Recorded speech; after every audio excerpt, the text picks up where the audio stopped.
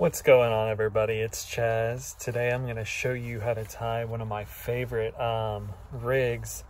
I initially started using this rig bass fishing, and basically what I did is kind of incorporated it into inshore. So the name of this rig is called a Texas rig, and it's very simple. So basically I'm going to show you step by step how it's done, what you need to do, how you need to tie your leader, etc., etc. So all right, so first things first, what I'm going to do is I'm going to tie my mono leader onto my braid. The particular knot that I use is called a surgeon's knot. Basically, this is how it works. So you have, I'm using 30-pound braid, or 30-pound mono, as well as 30-pound braid. Okay, so what you're gonna do is match them up together like so. You're gonna go ahead and put a twist in your line like this, to where you have two loops like that. Okay, you're gonna grab it, and then on this side you're gonna take the right hand side and you're gonna run it, both the tag end of the mono and the tag end of the braid, through those loops, just like so. All right, you're gonna go ahead and repeat that process one more time.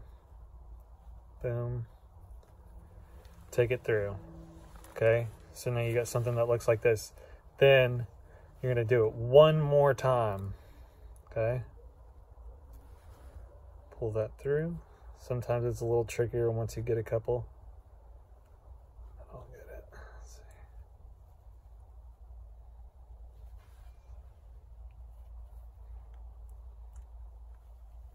There we go.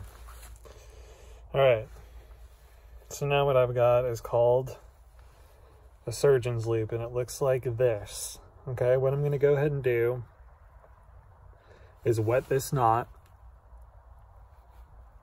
Okay, now that it's wet, I'm going to go ahead and cinch it together, and you'll watch as it cinches together.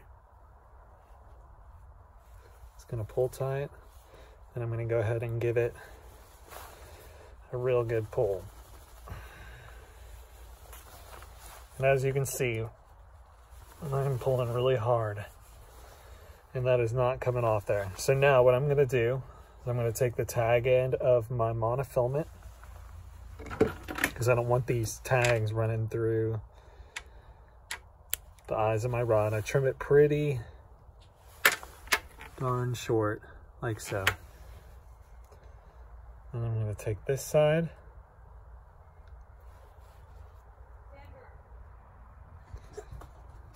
There goes Denver. And I'm going to trim this. So now what I've got looks just like that. And it's basically my braid connected to my mono. All right. So the next step that I'm going to do here is, with a Texas rig, you're going to use a bullet sinker, one that looks like this.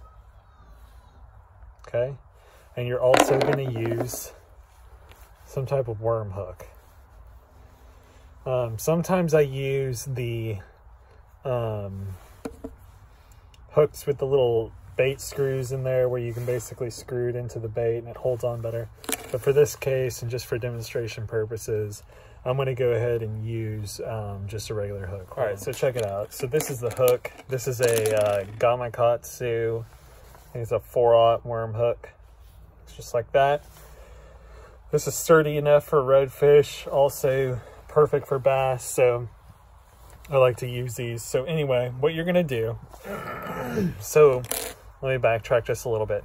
We've got our braid connected to our mono leader. Okay, now we're going to take one of our bullet sinkers. We're going to slide that on to the leader. Okay, and let it fall down just like this. And it's going to stop right where your braid starts, because you can see how it moves freely like that. Okay, then next, what I'm going to do is I'm going to tie my worm hook on with a polymer knot. I don't know if you've ever tied a palm or not, but I will show you how if you do not know how. Okay, so first things first, basically what you want to do is you want to run your line through the eye of the hook, and you want to double it up and bring it back to where you're holding both the tag end and the main part of the line in your right hand. Okay, then you're going to take this, you're going to grab right here, and you're going to basically tie a loop in that line like so. Okay, so you have something that looks like that. Okay, now that loop that you've created, you're going to take your hook and you're actually going to put it through that loop. You'll have something that looks like this. Then you're going to pull back on this, and then you can kind of watch the knot form on itself. So what you got is pull. Okay, now you're going to have something that looks just like that. Okay, sometimes I like to move it up a little further just so you can see better. Let's see if I can do that. There. All right, looks just like that. Okay, now what you're going to do is you're going to go ahead and cinch that up, and make sure when you're cinching this up that no part of the line goes around the other side of the eye of the hook. You want everything to be contained all in one little spot. And with heavier pound test mono, that can be more difficult. So sometimes you got to work with it a little bit to get it how you want it. But as you can see right here, what I'm doing is I'm kind of fixing that up. All right. Then I'm going to pull it tight. Then I'm going to grab my tag end here. So there's what my knot looks like right there. I'm going to go ahead and grab my tag end with my teeth. And I'm going to pull it also, just to make sure it's cinched down really good. So now I have this real tight, nice knot here, okay? So what I'm going to do, I'm going to take this, clip the tag end off, and this is what I'm left over with. So I've got my mono leader. I prefer to use braid. If you don't use braid, well, then you're in luck, because all you have to do is just tie it onto your monofilament. But here is what the final product is going to look like, okay? And you would say, well, what the heck am I going to do with this? Well, here's what you do with this. So I'm just going to grab a plastic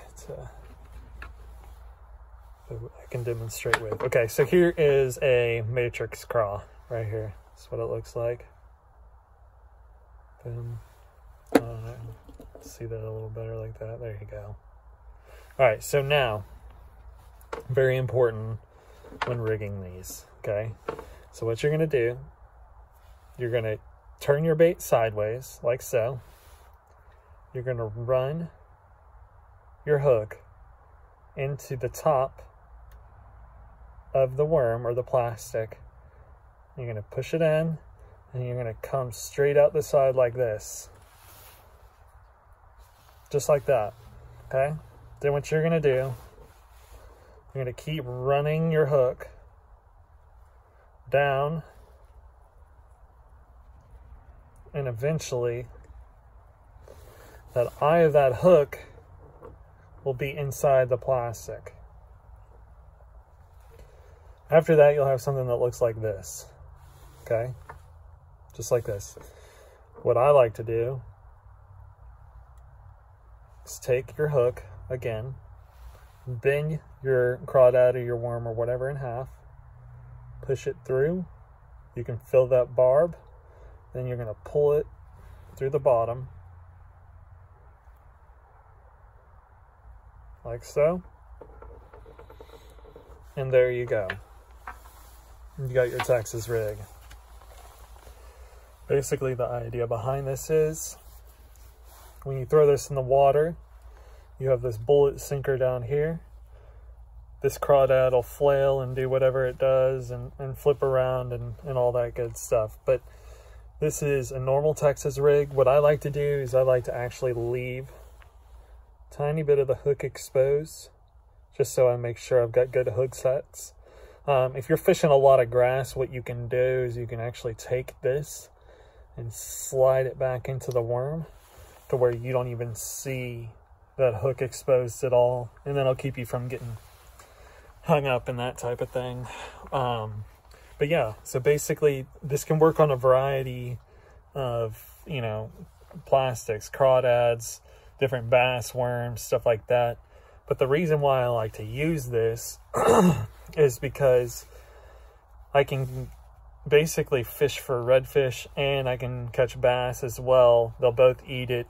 You know, it's something I started off using just because I knew how to use it from freshwater fishing, and then I just kind of transitioned it into saltwater, and it worked out well. So if you have any questions on anything I've done here, or, you know, if you need me to break anything down more for you, let me know. But it's a fairly simple rig. It's called a Texas rig. I've caught many fish on it, and I think it'll do some justice for you. Once again, this is what it looks like. And guys, I thank you for watching, and let me know if you have any questions. Throw them down in the bottom of the comments, and thanks for watching. Take it easy. Subscribe for more.